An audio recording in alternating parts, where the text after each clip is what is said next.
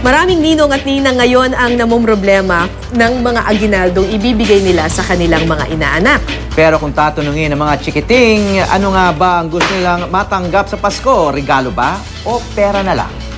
Alamin sa News Tigo ni Sherian Torres.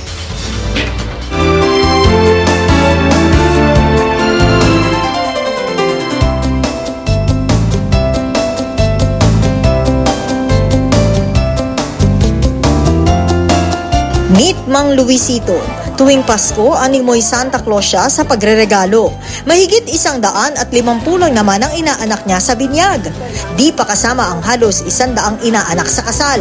Kung sino yung makaalalang pupuntahan ako pagdating ng Pasko, doon lang ako nagbibigay.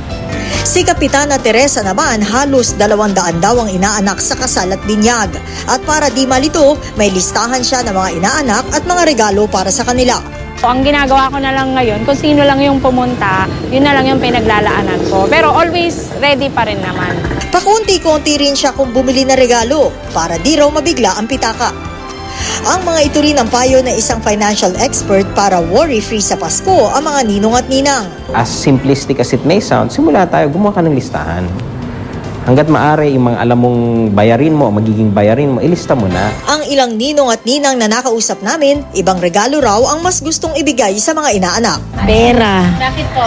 Kasi gusto ko pera kasi makakatulong yun. Kung may gusto siyang bilhin, halimbawa may sakit siya, pambiling gamot, pagkain. Pera. Bakit? Para sila nang bibili ng regalo nila. Ang mga chikiting kaya, ano ang mas gusto? Pera, regalo. Bakit?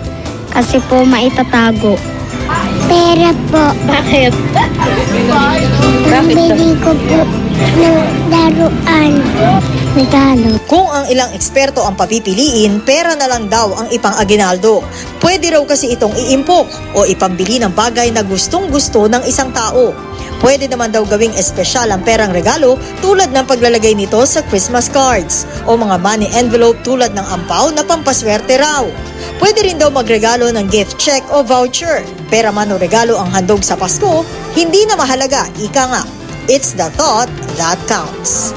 Sherian Torres, GMA News.